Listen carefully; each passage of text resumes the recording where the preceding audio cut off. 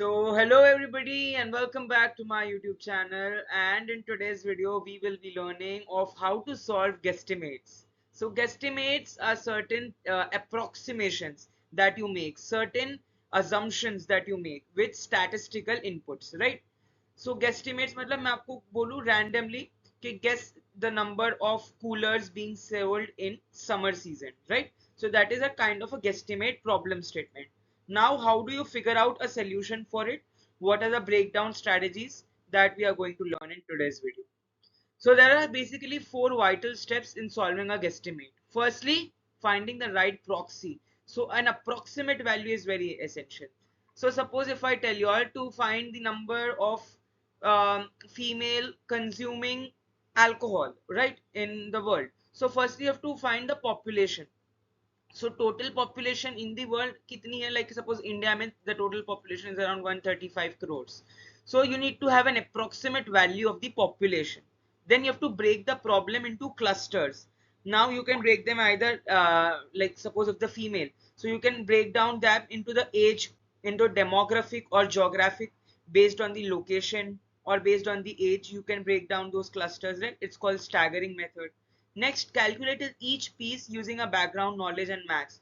Now, separately you calculate for each particular, like for geographical distribution, for geographical segmentation separately, for age-wise segmentation separately, right? And then you finally consolidate those pieces and validate the number, right? So this is an example of one such case that comes across. So you have to find out the number of active PUBG users in India. So they specified कि India में आपको find करना है. So India की population कितनी है? Around 135 crores. Then you have to categorize them, that how much percent of the area has an access to the internet and how much percent of the area lacks access to the internet. So let us say that around 80 crores people have internet inaccessibility, because more of a rural part is present and in the outskirts the internet issues still persist. And internet accessibility, around 56 crore people have that internet accessibility. Now in those 56 crore also there are different segmentations: upper class, middle class, lower middle class, and below poverty line. So you can segment them, and you can segment them on like below poverty line 20%, upper middle class and lower middle class around 30% and 40%, and finally the upper class 10%. This is called as income segmentation. Now after income you have to also do the age wise segmentation. So now in that class there can be three ages of people who play PUBG, either from 1 to 14, or from 15 to 24, or from 25 to 34. उससे आगे के age group में the people who would be playing, it's a little difficult, right? So these three segmentation of for age we can do, and then finally we can come out for then how many gamers are there. अब ये तो population, suppose 30% of the people are belonging to 1 to 14 years, 20% of the people belonging from 15 to 24 years. Now out of them how many are gamers? Not necessary that all are gamers. So these are all approximate figures that you have to find out. So here you have to find out also certain clarifying questions that you can ask to the person who is interviewing you while giving you this guesstimate, because they might feel that you are more engrossed and you are finding a more comprehensive approach to solve this. So one of them could, you could find that you could ask them whether number of daily active users, weekly active users, monthly active users, yearly active users. Like you can again further cluster it down. So you or you can say if there is any withdrawal scenario, like in the case of PUBG there was a ban scenario.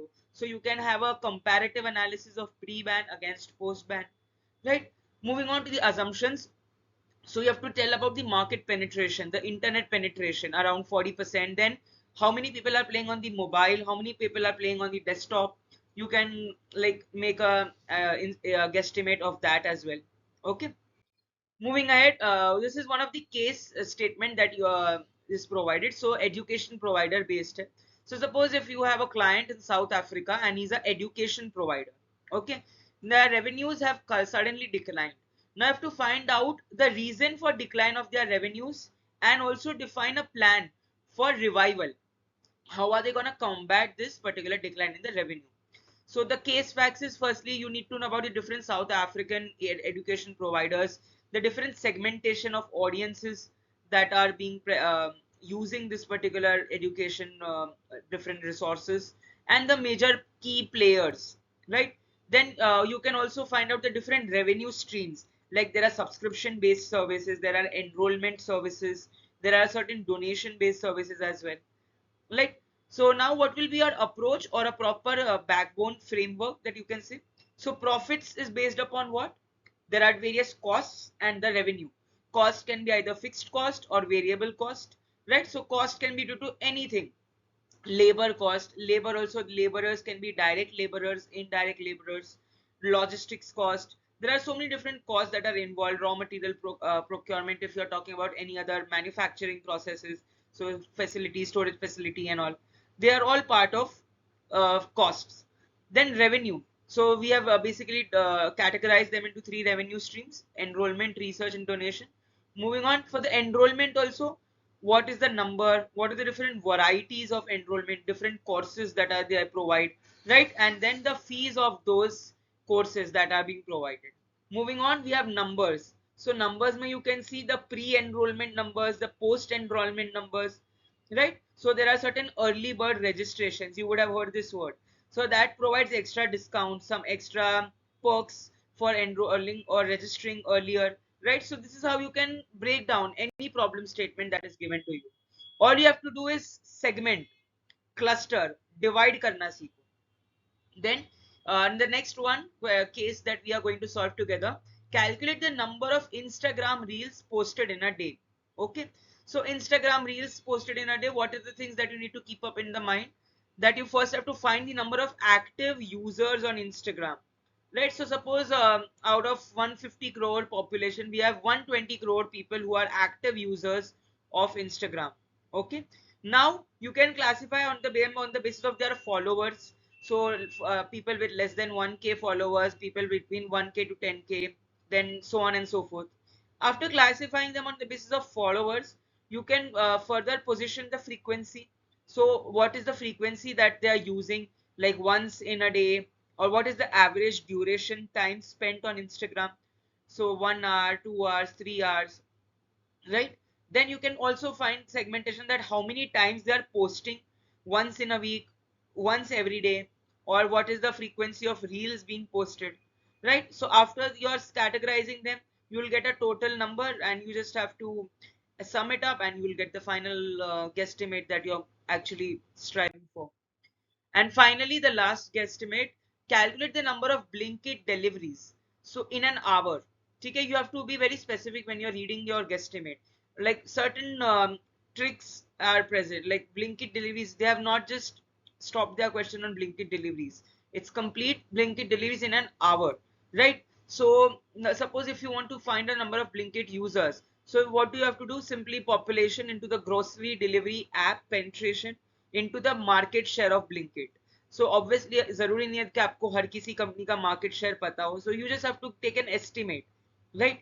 So suppose Blinkit users. So you have to find out how, what are the Blinkit users: daily users, monthly users, weekly users, bi-monthly users, right?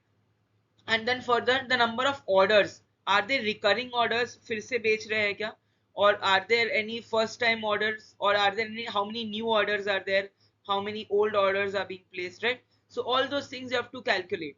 And what are the things you can that would give you an extra advantage over others? You can consider them that Blinkit deliveries in an hour, but when?